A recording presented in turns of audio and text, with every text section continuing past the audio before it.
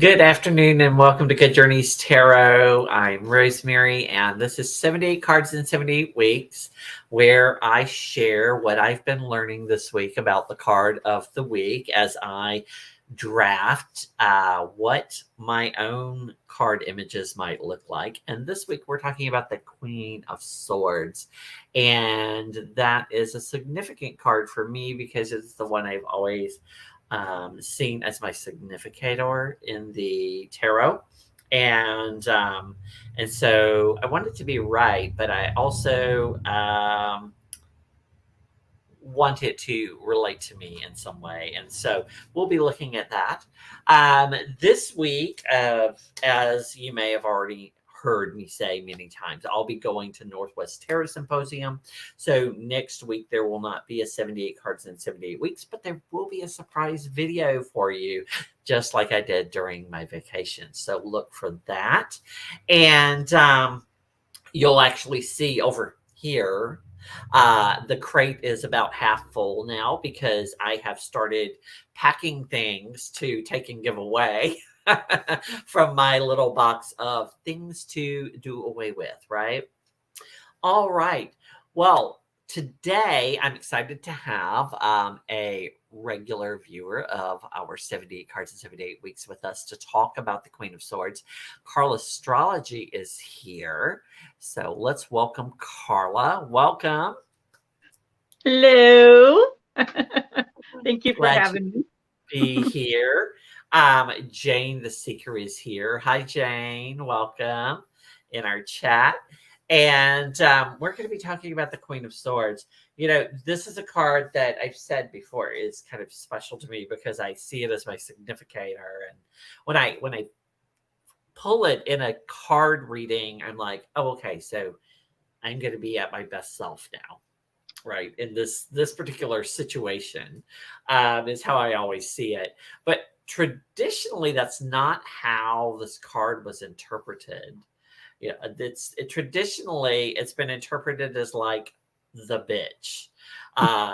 She's seen as like this lonely, harsh, cold person, and in a lot of decks, older decks, especially Thoth-inspired decks, she's often holding a severed head.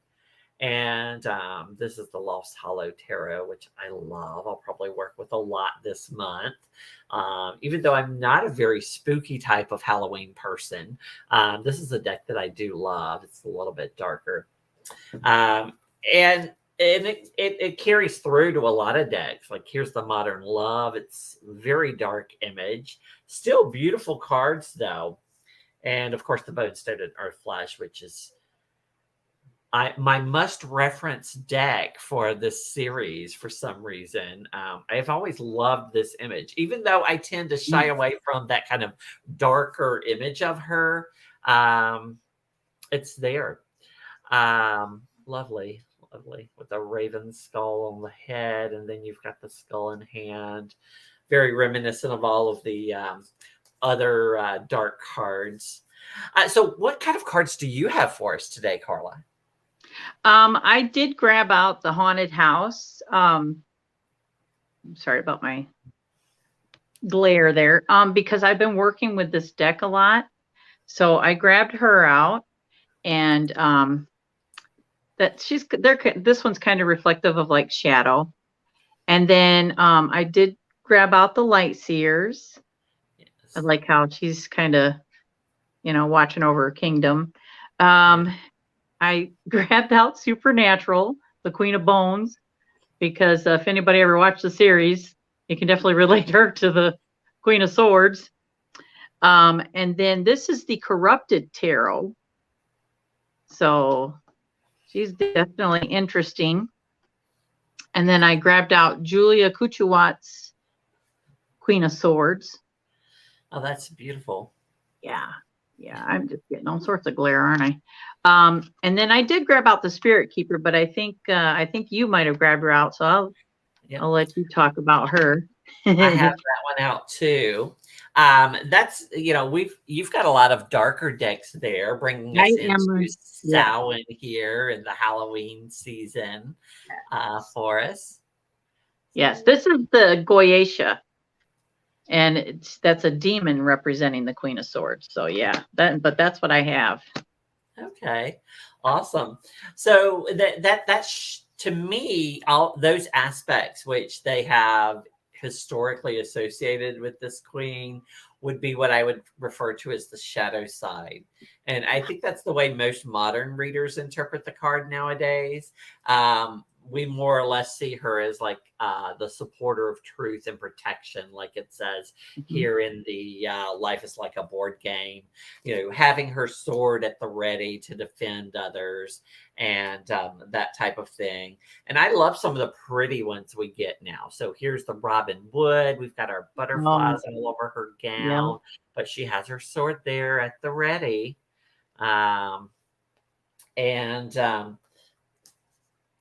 And it can. So here's the Curious Travels. She's basically made of butterflies, made of air, which is gorgeous.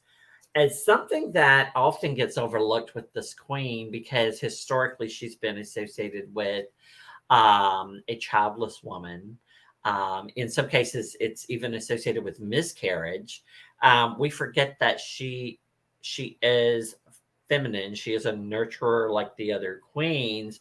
And so I love that there is a baby in this particular image from the Mystical Medleys, reminding us that, just because she is intelligent and supports truth and is protective, that, she does those things out of her desire to nurture. She's not simply being harsh to be harsh. She's being truthful to nurture the best parts of yourself, right?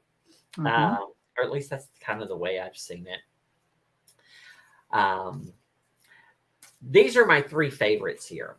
And the reason being is that I actually can kind of see myself in them. Whereas usually when I see the queen holding the head, it to me more feels like how other people see me in the workplace, because I'm very direct and just the facts, I believe there was a character in Dragnet that used to say that all the time, but that's an old show. Nobody may remember here. So this is the Queen of Swords from the This Might Hurt. I don't know. For some reason, I thought, okay, she kind of resembles me. And so I kind of okay with this. Sitting in a desk chair there instead, which is appropriate, I think, given that she's likely going to be a professional, someone who's working with facts and knowledge and that type of thing. I do love this Tarot of the Holy Light. I think she's beautiful. This kind of, to me, has a world feel to it.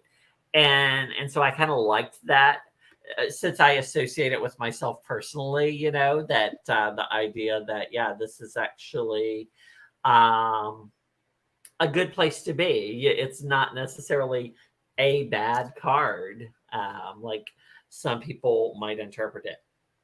This is probably the most unique interpretation of the Queen of Swords that I've seen. And this is the Painter, which is from the Urban Tarot. And the idea being here that a lot of thoughts comes before the actual act of creating. And so while we might not tend to associate air with creating, it is part of that process. There's a lot of thought. And I feel like that's kind of what I've been doing with my series here is putting a lot of thought into what the creation will end up looking like. So let's talk about your spirit keepers. Yes. Love that part. And their shields. I love that. They're all shields. That idea that mothers and nurturers are also protectors. And it kind of goes back to that mystical medleys image I showed of the queen with the sword holding the baby. And there are a couple of decks that call the queen's guardians or shields and things of that nature. And this particular queen, I think, is really a protector, right? That she has her sword at the ready all the time.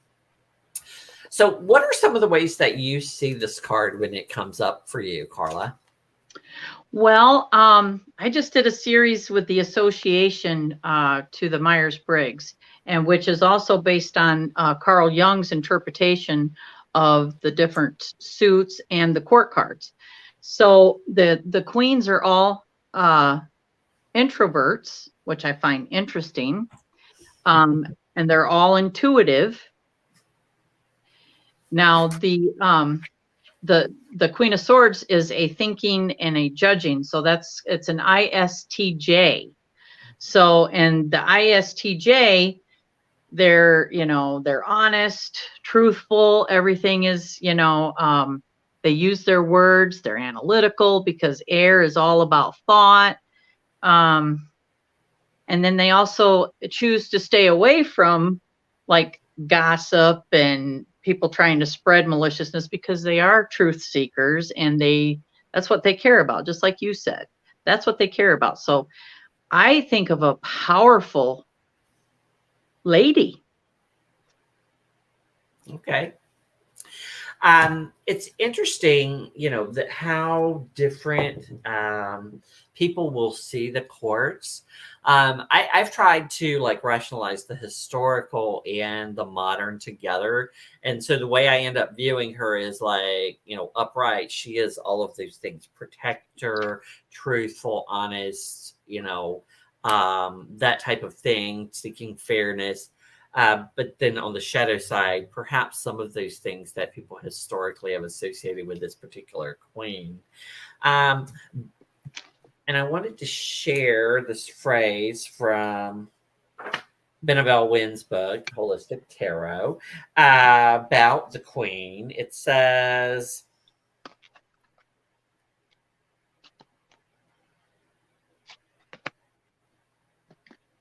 the butterfly symbolizes beauty and metamorphosis. This is a woman who became the way she is today of her daunting stature, because at one point early in her life, she was vulnerable and insecure about her self-worth. And so the idea being that maybe she is independent, maybe she is widowed, or maybe she is childless, maybe she is divorced, but she has learned from those things. So now she has this wisdom to share with other people.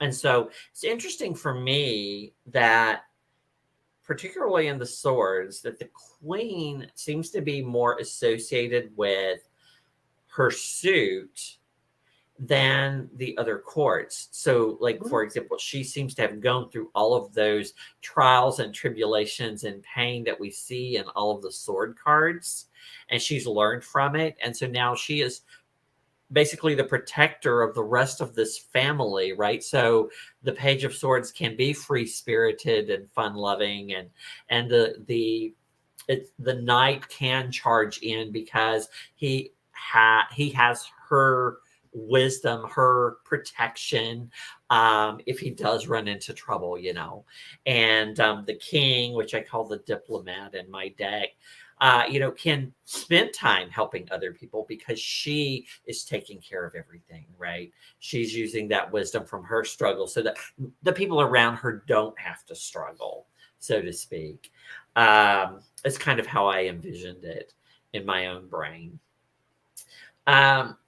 Let's look at the card itself from the RWS. I haven't been showing my colorings lately, but I have continued to do them just for everybody out there. Interestingly, when I first look at this card, I never even paid attention to the fact that her robe was covered in clouds.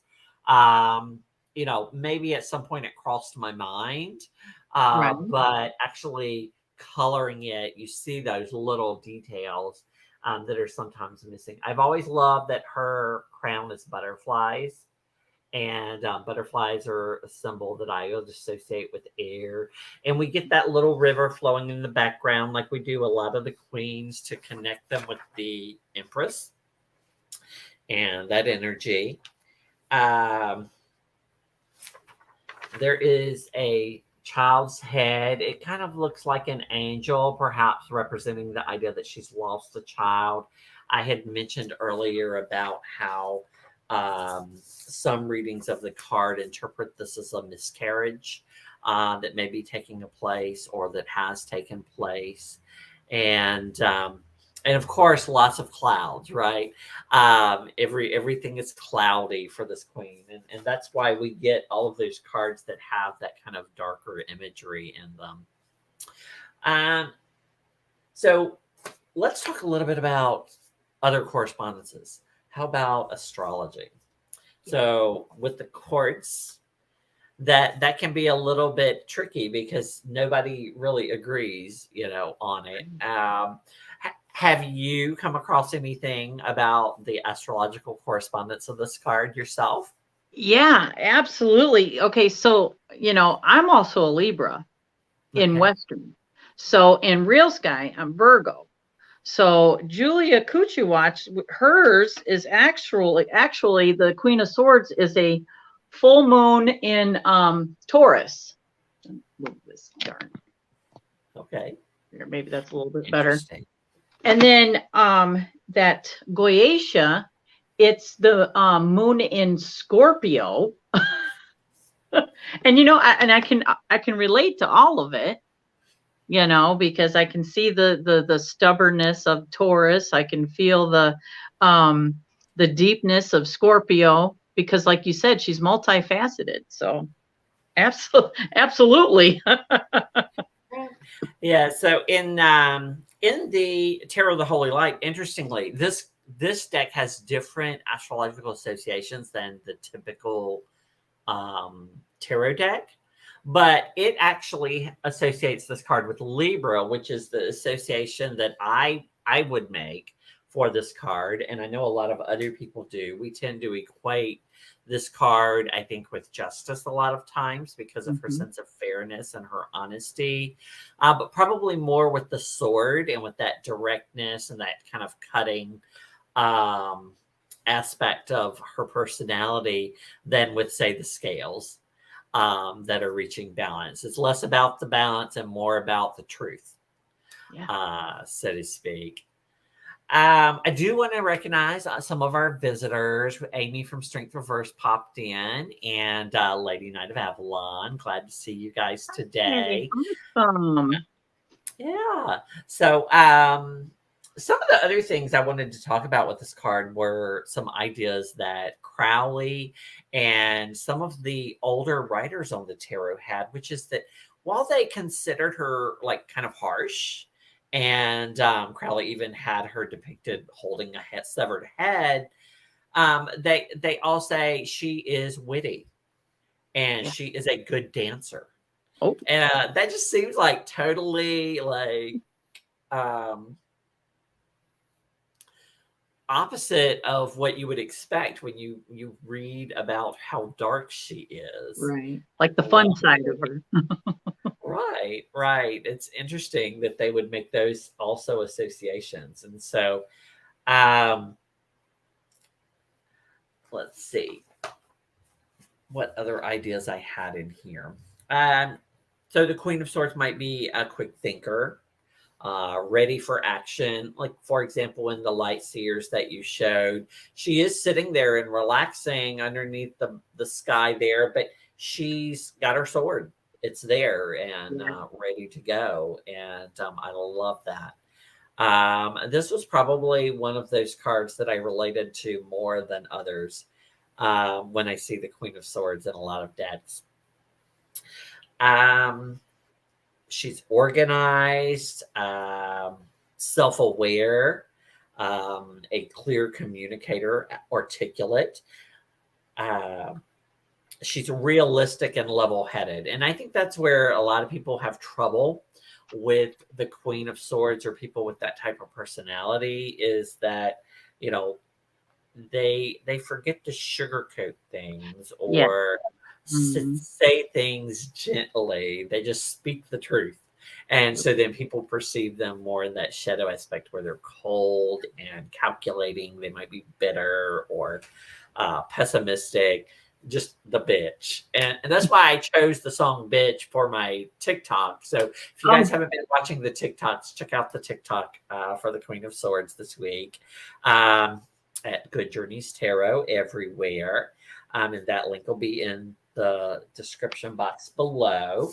Um, so let's take a look at what I ended up doing with my card.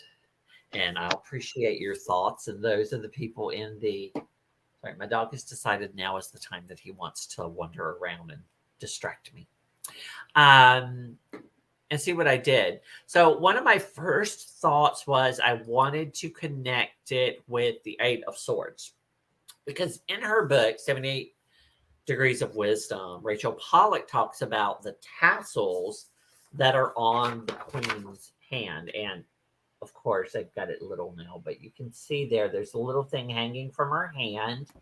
And in the oldest decks, according to Marcus Katz and Tally Goodwin in their book, Secrets of the Waite Smith Tarot, they say that the oldest images from the rose and lilies, actually those bracelets or tassels were roses and lilies. And so they were kind of like rosaries, equating her with the beauty and sensuality of the tarot through the roses and the lilies. But Rachel Pollack says those tassels, that's the ropes where she has cut herself free. So this is our queen before she has freed herself, is basically what Rachel Pollack says. And that's when I got started to thinking about how this card is viewed in relationship to the other courts in the swords, and that she appears to have gone through all of the things in the suit. And so I wanted to relate her to some of the cards in the suit. And so I started with this card, and then I said, well, obviously she's got to relate to her king in some way, because they're part of the same little family. And so when I got to her, I pulled out this piece, which is the symbol on the map here with my diplomat. And I pulled out this floor, and this is the first draft that I had. And Tony Antoinette looked at it and said, there needs to be something on the front of that desk. And initially, I didn't know what to call this card because most of the time I find people associated with justice, and you don't want to call it justice because you've got a justice card. And I'm trying to use names for them that are less patriarchal. I have trouble saying that word. And you'll see I use the background from that Eight of Swords. And then I decided, you know what, she has to be at the ready. So her sword can't be upside down. So I rearranged that symbol from the King of Swords where it's upright, because she's more likely to be the one to protect than, say, the king is. And I decided to call her counsel because counsel could mean a whole lot of different things, right? So this is a mhm. wise woman. So she could be a librarian. She could be a lawyer. She could be a judge. She could be, a writer, signing books, anything you want to associate with writing, really, or with intellect, would fall there. And Tony Antoinette said, when I posted it in my group, Good Journeys into Tarot, well, that there should be something here. And so I started playing with that, and I thought I should relate her to the ace because I keep saying how she's experienced all the things in her suit. And so I decided to take this book in hand image and put it on the front of that desk. And I may still tweak that a bit, but I don't know for sure. I thought this way it looks like she could be any of several different types of things. And I wanted, again, the other thing that bothered me was that this purple floor, which connected her to the king, in the previous cards kind of stood out and so I decided to add some to it. So I'm not sure if this is the final version or if this is the final version. I kind of like this a little bit better because I like that there's some gray over the yellow, that kind of shadowy side of her that we get a lot of times. What are your thoughts about what I did? Well, I find it extremely interesting that going back to the Myers-Briggs Association, that personality type, they call it the inspector. And the inspector is somebody that scrutinizes everything and looks for what can be fixed, looks for, anything that might need to be repaired to make it whole, to make it perfect, So I love what you did. I love the council, the whole idea of her sitting there and just taking it all in and making a judgment call. So I've taken the Myers-Briggs several times, and every time it comes out different. And it's because I really hate those questions, those little statements. And it's like, I want to like dissect them and think, what do you actually mean? Or it's like I feel differently on the day that I take it than on a different day. And Jane the Seeker says a thing that I've been thinking, and that's that, she likes the book, but she's not a fan of the hand, which is something that I've been thinking about, is perhaps just using the book. Although I think I would want the book and a pen, perhaps.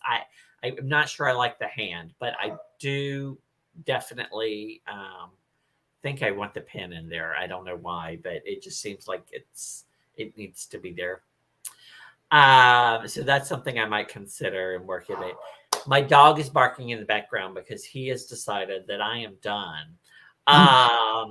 And he went downstairs by himself, but for some reason he can't stay there by himself. I've got to be with him. I have no idea what's going on with that.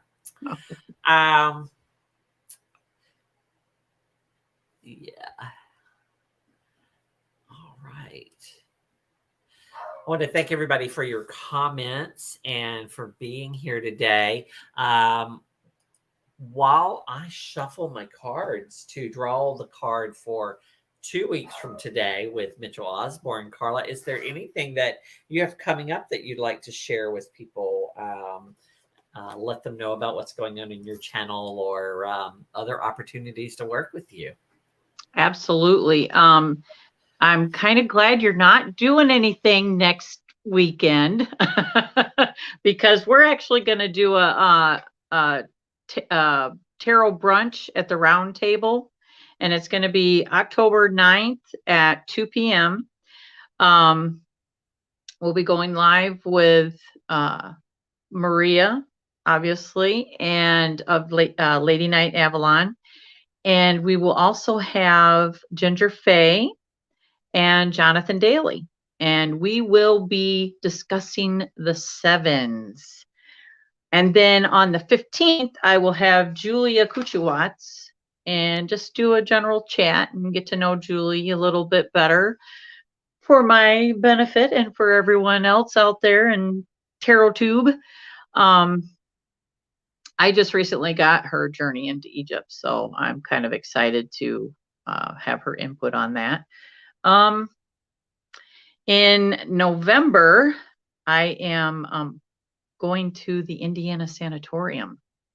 So I'll have another spooky episode coming up. I'm kind of excited about that. I don't know if anybody checked out the Morris Murders, but that was quite an interesting story. And then we just did the investigation that Lady Night of Avalon helped me with, and oh my goodness, that was something. It was amazing. So that's really, I mean, I have some other guests coming on soon, but I can't quite think of who they all are. Sure. Well, that's Amber exciting. Pond's You have a gonna be lot on. going So, on. That's yeah. great. Yeah, Yep. so next week, everybody here can look for a special little video from Northwest Tarot Symposium that I'm going to do for everyone. And then the next week, Mitchell Osborne will be here, and we will be talking about the Six of Pentacles or the Ooh. Six of Earth, our card of giving and receiving. Mm. And so I'll look forward to that. There are only 26 cards left after this one. We already know that the card on the 22nd, which will be a special event, which is my birthday event, we're going to do the wheel. And then on the 30th, we're going to have a spooky episode of 78 Cards in 78 Weeks with Sasha Graham, creator of the Darkwood Tarot. And so everybody can look forward to that. Perhaps I will be running into her this weekend and we can do a little shout out for everybody. All right. Well, I'm so glad that you were here. It's great to actually put a voice and a face with a name. And I love chatting with other people about tarot and getting to know them a little. Hopefully, you'll join us again in the future as we continue to work through this project and perhaps other exciting things. All right, everyone. Thank you for being here. Until next time, good journeys.